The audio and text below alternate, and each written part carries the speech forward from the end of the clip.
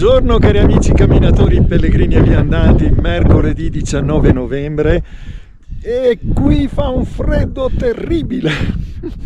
Allora con Fabio siamo saliti a Cima Levante, 2020 metri, Dario. 2020 metri, siamo nel gruppo del Carega, siamo andati in Vallarsa abbiamo raggiunto l'abitato di Ometto e lì ci siamo sciroppati 900 metri di dislivello tutti in piedi e adesso siamo qui a Cima Levante. La visuale è bellissima, però tira un vento freddissimo. Fabio, com'è andata quest'oggi?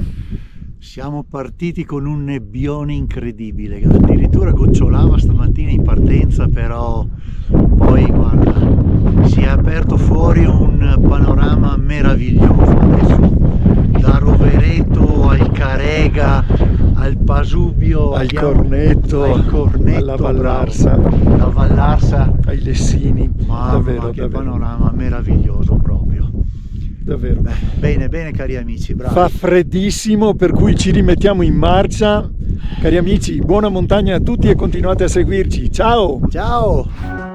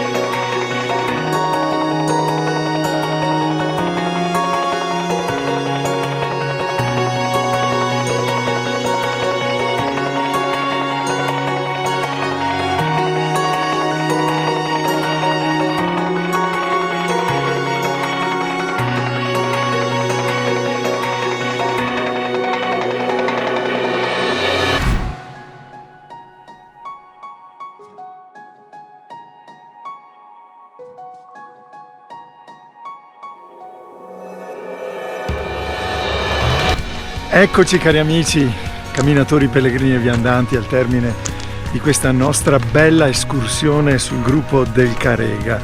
Allora, come avete visto, siamo stati su Cima Levante e poi da lì abbiamo detto ma perché tornare per la solita strada? E allora Fabio mi ha fatto una proposta straordinaria. Per dove siamo scesi, Fabio? Direi proprio, Dario, che la proposta mia era diversa. Comunque siamo scesi per il VALLON DEI CAVAI, sto benedetto VALLON DEI CAVAI.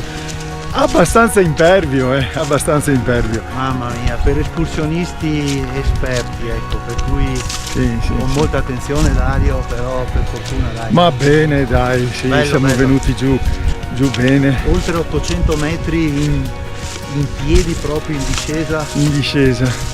Senza un momento particolarmente anche delicato, però senza tante indicazioni, sì, non è un sentiero che in qualche modo viene custodito, viene segnato regolarmente. Comunque c'è chi lo fa in salita e penso sia tosto, in discesa lo stesso. Adesso stiamo andando verso Ometto, sì. Stiamo facendo la strada forestale, vero? Colletto Ometto, Colletto Siede. Sì, una strada forestale comoda, abbiamo ancora più di mezz'ora di luce, per cui siamo scesi bene. Come avete visto vi abbiamo documentato anche il tramonto sul Pasubio. Dai, una bellissima giornata stavolta sul Carega, non lontano da casa. Cari amici, continuate a seguirci, buona montagna a tutti!